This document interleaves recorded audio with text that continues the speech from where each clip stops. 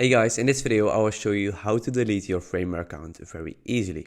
So as you can see, I'm now in the dashboard of Framer, and if I want to delete my account, I do not need to go to the settings, but in the left side of my screen you see this sidebar, and you need to tap on account right here.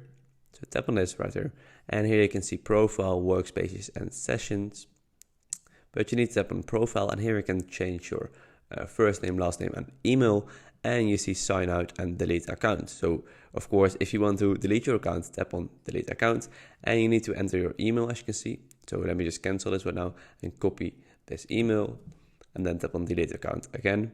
And as you can see, deleting your account will remove your teams, projects and account. Enter your email to confirm deletion. You will be signed out of your account immediately. So just paste your email, and then when you tap on this button, your account gets immediately deleted.